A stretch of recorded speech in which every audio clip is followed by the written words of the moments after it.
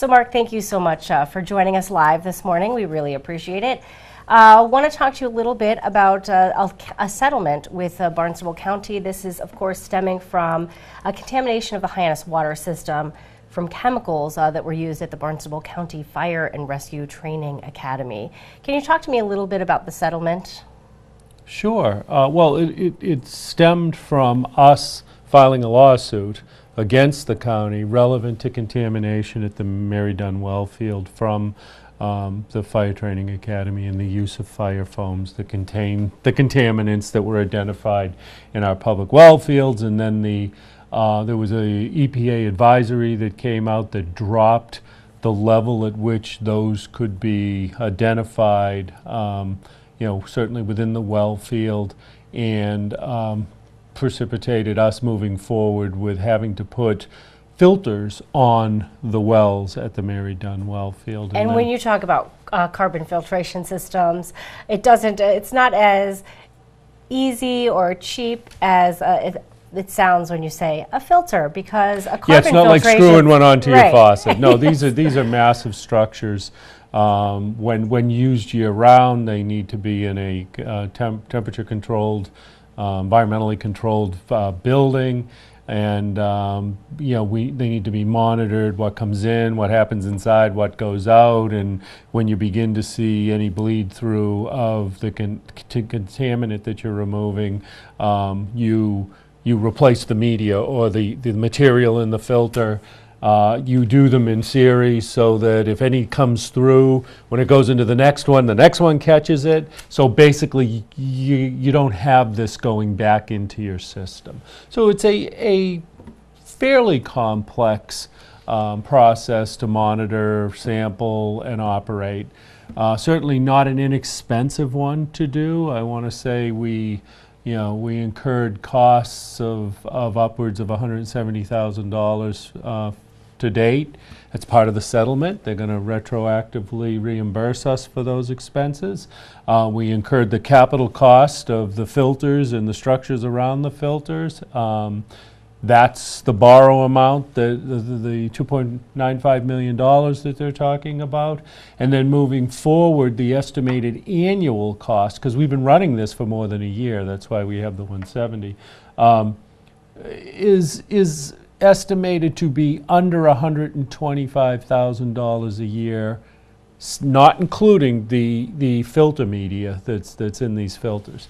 So what we did was we said 125 cap, but we'll submit actual bills up to 125, and then every 2 years we'll adjust the 125 up by 3%. And then on the filter side, we estimate 2 filters per year. We have 3 wells, 2 filters per well, so 6 wells in all. So this gets a little complicated, but the way this will work is we estimate 2 per year. So at $35,000 per filter to replace the media. So that's $70,000. So what the county will do is establish basically an escrow account where they will hold that money annually up to $210,000. And we will, as we incur the expense annually, only up to 2 filters per year though, we will debit that account with that expense. And so basically, on average, we'll get back our money from the filter replacement costs. So at the end of the day, this translates to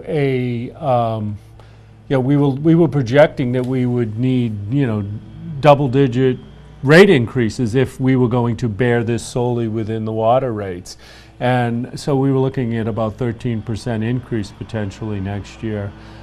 This brings us down over 6%. So we're back down into the range where we've been ever since we acquired the water company. So that's, it's not good news that we had this challenge. It's good news that we're going to manage the cost increases, and now we can refocus on being able to use our resources towards managing this 100-year-old system, which needs to be done. And reading an article that was in the Cape Cod Times this morning, I read as part of the negotiation process, they have allowed us to look at, say, property off of 6A that they own for possible well sites. So that's another way they've tried to work with us. We did it in a separate letter. And yeah, I would say moving forward, we'll have a good working relationship with the county, even when it's difficult issues, whether it's this issue or any other. We've really, I think, going through this process and choosing to try to sit down and communicate and come to a settlement outside of the legal system, so to speak, even though this is part of the legal system. It's like alternative dispute resolution, but not going through a court system where everybody positions against each other. I think we've developed an even we didn't have a bad relationship to begin with. We've developed a stronger relationship, and I think you'll see us work that way in the future, so that's a good thing. That is great news. Glad to hear that, and I was actually going to mention something about how quickly this was resolved out of court, which well, is I great. got to applaud our leadership here in town, town council, town leadership.